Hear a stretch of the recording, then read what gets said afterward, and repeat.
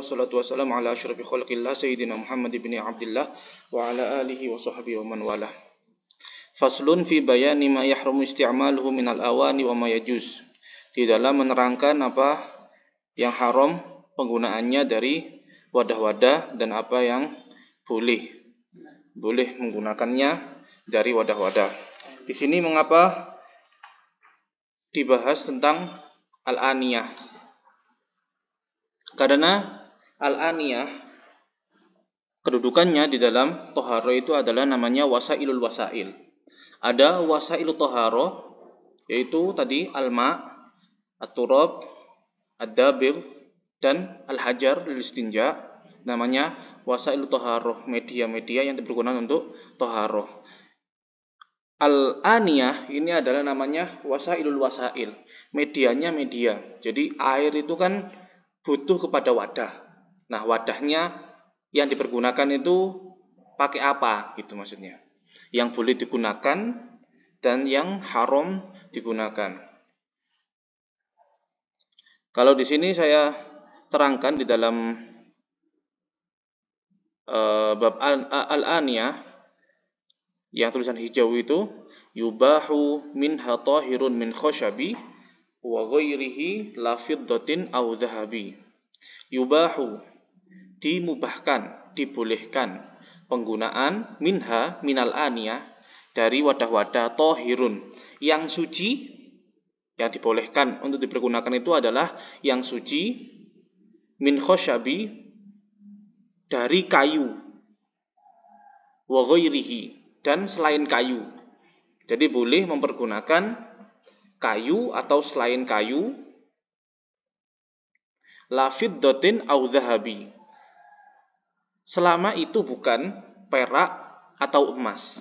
Selama wadah itu bukan perak atau emas. Jadi wadah apapun dari bahan apapun itu boleh dipakai, kecuali apabila wadah itu terbuat dari perak atau emas, fayahrumu, maka haram.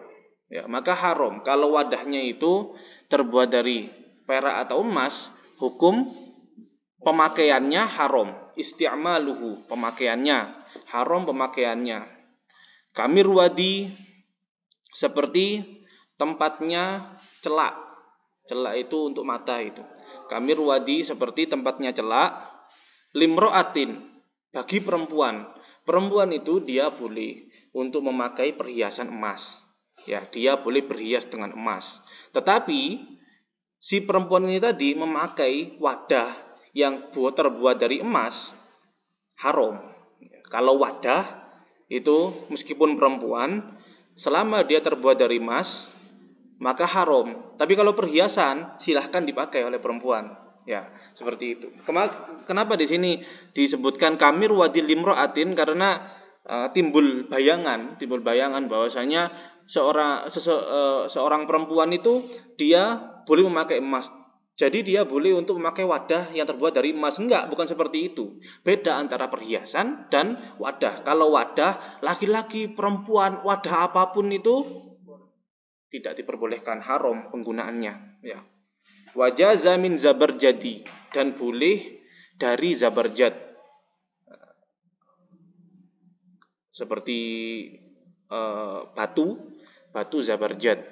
Kalau di dalam kitabnya bahasanya ini adalah wala yajuzu isti'malu awaniz zahabi wal fiddati, tidak boleh menggunakan wadah-wadah emas dan perak. Ini langsung saya baca matanya ya, wala yajuzu isti'malu awaniz zahab wal fiddah. Kalau kita baca di dalam Fathul Qoribnya, fi ghairi daruratin, di dalam selain keadaan terdesak, li rajulin aw imra'atin, baik untuk laki-laki maupun untuk perempuan. Langsung kita ke matanya lagi, wa yajuzu isti'malu ghairihima, dan boleh memakai selain dari keduanya, minal awani, dari wadah-wadah an-nafisah yang berharga, kaina yakutin, seperti wadah yang terbuat dari yakut. Ya, sudah. Seperti itu penjelasannya. Boleh ini dipakai bait, dua bait ini. Bait ini adalah saya ambil dari Zubat. Saya ambil dari Nazom Zubat. Ini boleh dipakai untuk hafalan dobit wadah yang boleh dipergunakan dan wadah yang haram digunakan. Yubahu minha tahirun min khashabi wa ghairihi la fiddatin aw dhahabi fa yahrumu isti'maluhu kamirwadi limra'atin wa jaza min zabarjadi. Zabarjad itu adalah batu, ya, batu dipergunakan untuk perhiasan, bahkan terkadang seperti mutiara, seperti zabarjad, seperti yakut itu harganya lebih mahal daripada emas dan perak. Tetapi meskipun seperti itu, boleh dipakai untuk wadah. Mengapa? Karena tidak semua orang tahu harga dari batu-batu mulia seperti itu. Tapi untuk emas dan perak, setiap orang tahu harganya. Nah, kemudian kalau di Fathul Qoribnya membahas tentang al-ina al-mudabbab. Ini wa yahrumu al-ina'ul mudabbabu bidubbati fiddatin kabiratin urfan sampai akhir. Itu saya bahas di sini. Hukmu isti'malil ina al-mudabbab bidhahab, ya, yang tulisan biru bawah. Hukmu isti'malil ina al-mudabbab bidhahab, hukum memakai wadah yang mudabbab. Apa mudabbab itu? Tambal, ya, ditambal dengan emas. Wadah yang ditambal dengan emas. Kalau bahasa Indonesianya mungkin tambalan itu identik dengan sesuatu yang bolong, ya, kemudian ditambal. Ini tidak harus sesuatu yang bolong kemudian ditambal, karena nanti dobbah itu ada yang lihajah, ada yang lizina. Dobbah itu ada kalanya lihajah. Lihajah itu adalah ada hajat, ada keperluan. Apa keperluannya? Inkisaru maudhi'in min ina. Pecahnya atau bolongnya satu bagian dari wadah. Kemudian dia ditambal dengan emas atau perak. Lizinah ini semacam kalau ada wadah kemudian dia diukir. Ukiran itu kan pasti, ya, hiasan, ukiran atau hiasan itu memakai emas dan perak, itu hukumnya seperti apa? Jadi tidak harus ada tempat yang bolong kemudian ditambal dengan emas atau perak. Bisa saja mudabbab itu atau dobbah itu lizinah, untuk hiasan. Nah, di sini hukumnya hukum isti'malil ina al-mudabbab bidhahab haram. Hukum memakai wadah yang ditambal dengan emas itu haram.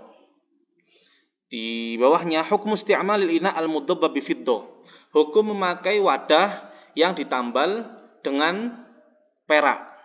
Ini terbagi menjadi dua. Ada kalanya lihaja, ada kalanya lizina. Kalau tadi yang bidhahab, entah itu lihaja atau lizina, haram mutlak. Ya, haram mutlak. Kalau bifiddah, lihaja, lihat apakah dobbahnya atau tambalannya itu besar atau kecil. Ad-dobbah kabiro atau ad-dobbah soghiro. Tambalannya besar atau tambalannya kecil. Kalau karena hajat dan tambalannya itu besar, maka hukum pemakaian wadahnya makruh. Kalau lihaja dan tambalannya itu kecil, sedikit, maka mubah. Hukum pemakaian inaknya mubah.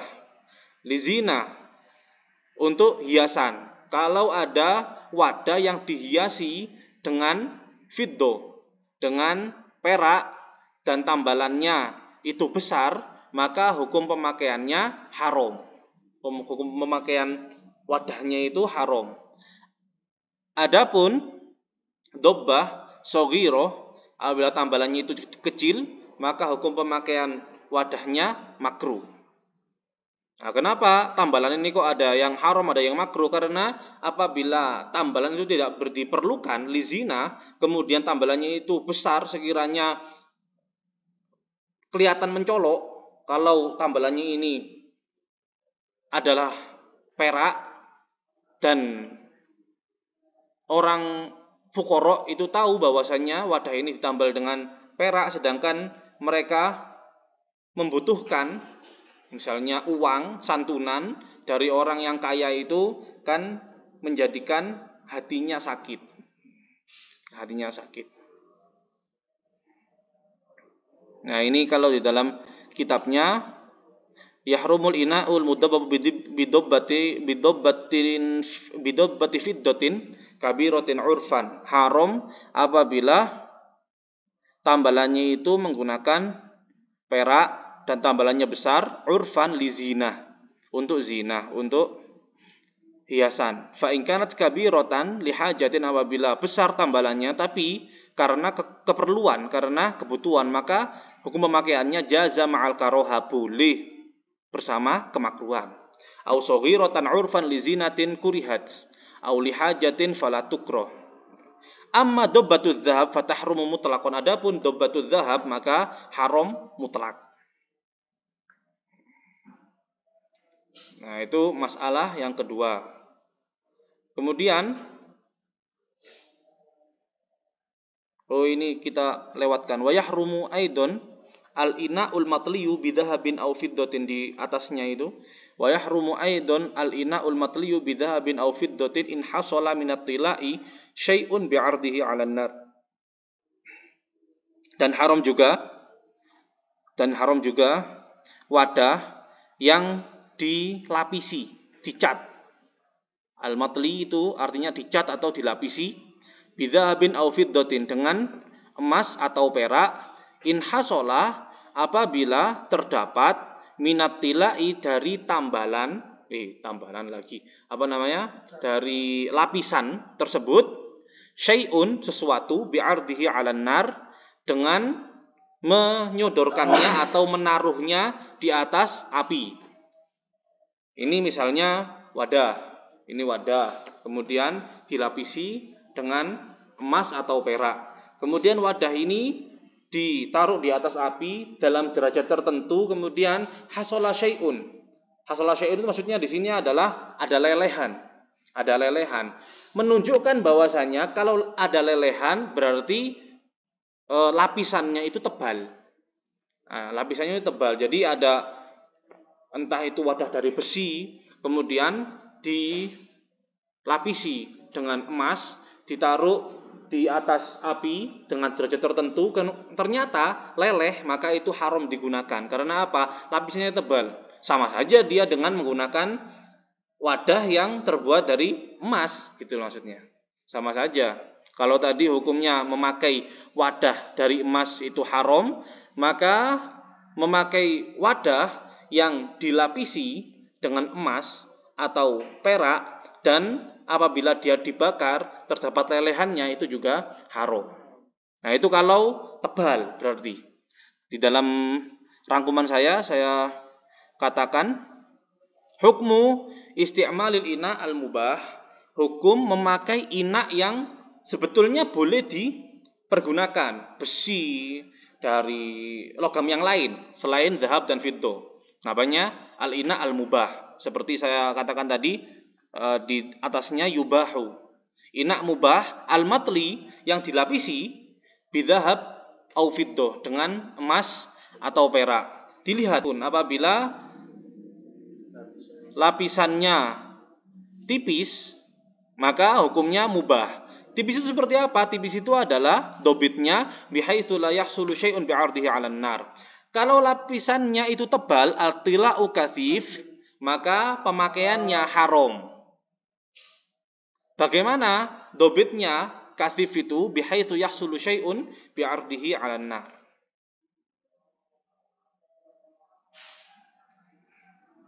Di bawah sendiri saya cantumkan di situ syurutud dabghi. Nah, ini adalah pembahasan tentang ad-dibagh. Kalau di dalam kitab Fathul Qorib itu fasal di atasnya fasal aniyah. Fasal sebelum fasal aniyah. Oke. Ad-dibagh itu apa? Ad-dibagh itu adalah menyamak. Jadi ada kulitnya bangkai. Bangkai itu seluruhnya najis, ya. Bangkai itu seluruhnya najis. Tetapi masih dapat dipergunakan kulitnya. Dengan cara apa? Dengan cara disucikan. Bagaimana cara mensucikannya? Dengan ad-dibagh, dengan menyamaknya. Nah, di sini syarat menyamak. Ya, syarat menyamak, sehingga kalau syarat ini terpenuhi, maka kulit tersebut dapat suci dan dapat dipergunakan untuk wadah. Kalau dulu itu ada namanya qirbah. Qirbah itu adalah wadah air yang terbuat dari kulit qirbah. Ya, bisa dia dipakai untuk jaket, bisa dipakai untuk sepatu dan lain sebagainya. Nah, ini agar kulitnya maitah, kulitnya bangkai itu dapat dipergunakan, harus melewati prosesi namanya ad-dibagh. Syurutud dabghi ayyakuna min ghairi mughalladin. Hendaklah, ini kurang sepertinya, ayyakunal jildu, ya. Hendaklah kulit tersebut min ghairi mughalladin, dari selain hewan yang berhukum najis mughalladho. Ya, ayyakunal jildu min ghairi mughalladin. Kulitnya bukan berasal dari hewan yang najis mughalladho. Karena di sini di dalam Fathul Qoribnya dikatakan wajuludu mana? Wajuludul maitati tadhuru kulluha. Di dalam sini kurang. Nah, ini wajuludul maitati kulluha. Jadi badalnya juludu. Wajuludul maitati kulluha tadhuru bid-dibaghi illa jildal kalbi wal khinzir wa ma tawallada minhuma aw min hadihima. Dan seluruh kulitnya bangkai dapat disucikan dengan dibagh, kecuali kulit anjing dan babi dan peranakan dari keduanya atau salah satu dari keduanya. Makanya di sini saya katakan ayyakunal jildu min ghairi mughalladhin. Yang kedua, ayyakuna biharrifin. Hendaklah dengan harrif. Harrif ini adalah sesuatu yang yalza' fil lisan. Ada unsur membakar. Kalau dirasa itu membakar. Maksudnya apa? Maksudnya di sini adalah dia punya sifat keras. Dia adalah sesuatu yang punya sifat keras.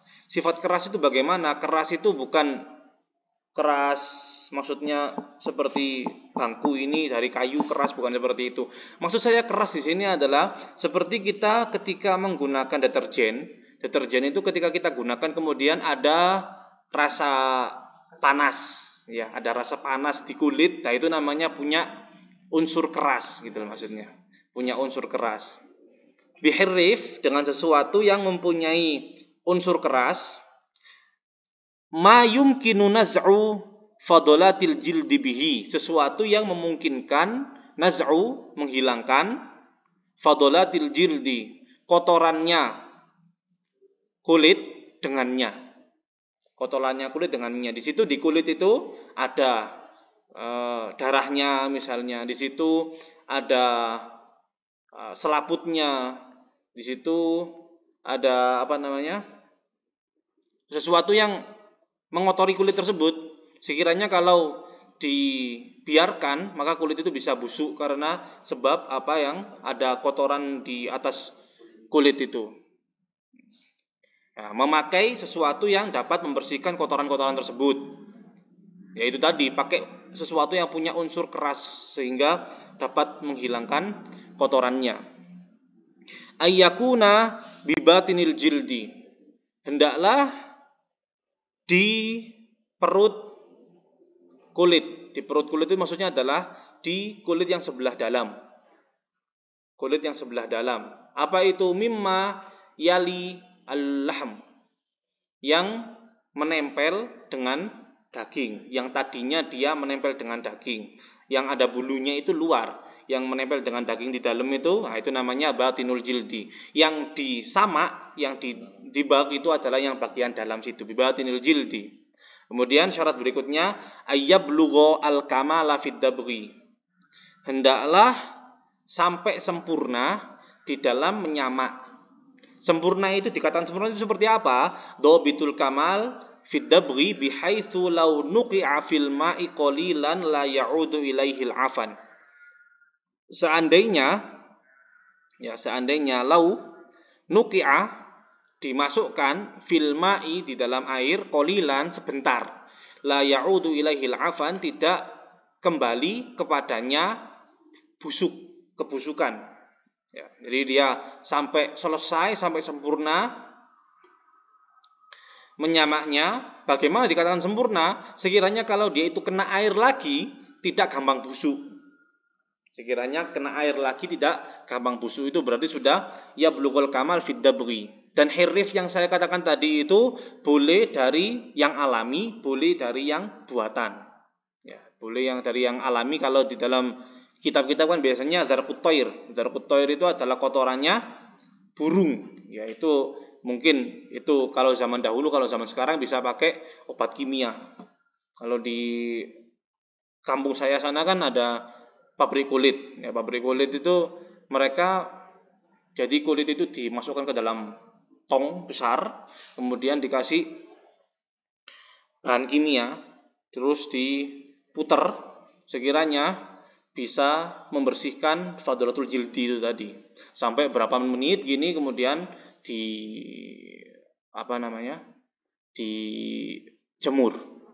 dijemur.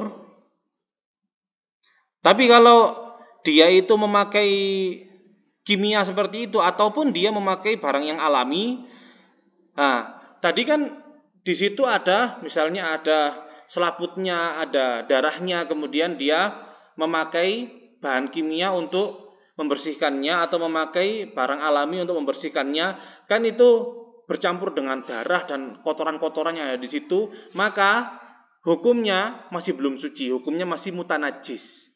Yang tadinya jildul maitah itu hukumnya najis, sekarang setelah disamak seperti itu hukumnya mutanajis. Kemudian butuh untuk disiram dengan air sehingga menjadi suci. Ya, seperti itu. Nah, itu adalah seluruh yang dibahas di dalam bab dibag. Kemudian di sini ditambah wawasan hukum dari azmul maita wa sya'ruha najisun.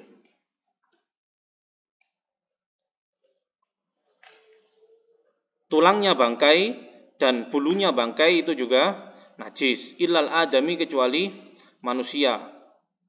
Tulang dan bulunya manusia, rambutnya manusia, meskipun dia itu sudah meninggal dunia, tetap suci. Jadi seluruh bagian dari maitah itu najis. Apa maitah itu? Di situ sudah dijelaskan. Maitah itu adalah azzailatul hayati, yang hilang kehidupannya bi ghairi zakatin syar'iyyah, tanpa sembelihan secara syariat. Kemudian di sini juga membahas tentang hukumnya janinul mudzakkah. Janinul mudzakkah, ya, jadi janinnya hewan betina yang disembelih. Hewan betina, sapi atau kambing disembelih, kemudian ketika dilihat di perutnya ada janinnya. Janinnya ini hukumnya bagaimana? Apakah dia halal dimakan atau dia butuh untuk disembelih lagi? Kalau dia janin tersebut keluar, idza kharaja min batni ummihi maitan, apabila dia keluar dari perut induknya dalam keadaan mati, maka hukumnya halal. Seperti hukum induknya, li'anna zakatahu fi zakati ummihi, karena sembelihannya janin tersebut masuk di dalam sembelihannya induknya. Ya. Tapi kalau dia dikeluarkan dari situ, dari perut induknya dalam keadaan masih hidup, maka dia perlu untuk disembelih. Ya, perlu untuk sembelihan yang lain. Tapi kalau dia sudah mati, maka cukup dengan sembelihan induknya, dia juga ikut halal juga.